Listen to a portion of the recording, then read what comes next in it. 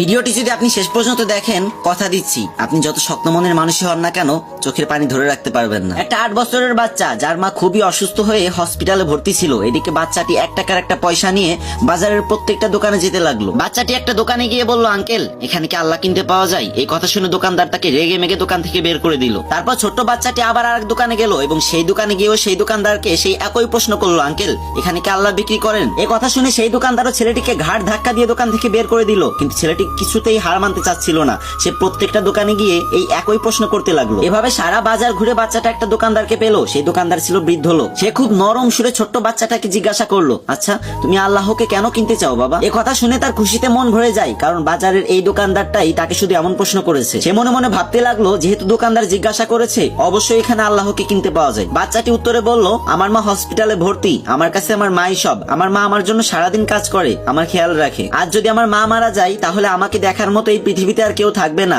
Doctor বলেছে একমাত্র আল্লাহ তাআলাই তোর মাকে বাঁচাতে পারে, তোর মার শ্বাস ফেরাতে পারে। আপনার এখানে তো নিশ্চয়ই আল্লাহকে কিনতে পাওয়া যায়, তাই না? যাকে দিয়ে আমি আমার মাকে বাঁচাবো। তখন দোকানদার বলল, হ্যাঁ অবশ্যই এখানে আল্লাহ পাওয়া যায়, কিন্তু তোমার কাছে কত টাকা আছে? তুমি আল্লাহকে কিনতে পারবে? তখন বাচ্চাটি খুশি হয়ে বলল, এই তো আমার কাছে 1 টাকা আছে। তখন দোকানদার বাচ্চাটির হাত থেকে 1 টাকার পয়সাটা নিয়ে বলল, আরে আমার এখানে তো 1 টাকা দিয়েই আল্লাহকে পাওয়া যায়। দোকানদার ছেলেটিকে 1 বোতল পানি দিয়ে বলল, এটা আল্লাহর দেয়া পবিত্র পানি, এটা তুমি তোমার মাকে খাওয়াবে, দেখবে তোমার মা একদম সুস্থ হয়ে যাবে। কিন্তু এতটুকু পানিতে যদি না হয় তাহলে আমি পরবর্তীতে এর থেকে অনেক বেশি পানি পাঠিয়ে দেব। আচ্ছা তুমি কি আমাকে হসপিটালের ঠিকানাটা বলতে পারবে? বাচ্চাটা খুব খুশি হয়ে হসপিটালের নাম আর ঠিকানাটা দোকানদারকে দিয়ে দিল। পরদিন বাচ্চাটির মাকে আইসিইউতে ভর্তি করা হলো। 7 দিন পরে বাচ্চাটির মা একদম সুস্থ হয়ে গেল। কিন্তু হসপিটালের বিল দেখে তার চোখে পানি চলে আসলো, কারণ এত টাকা দেওয়ার মতো সামর্থ্য সেই গরিব মায়ের ছিল না। তখন একটা স্টাফ এসে তাকে বলল, আপনি চিন্তা করবেন না, আপনার বিল তো একজন বয়স্ক লোক দিয়ে গেছে, সাথে একটা চিঠিও দিয়ে গেছে। চিঠিতে লেখা ছিল, আমাকে খুঁজে ধন্যবাদ দেওয়ার কোনো প্রয়োজন নেই, যদি ধন্যবাদ দিতেই হয় তাহলে আপনার ওই অবুঝ বাচ্চা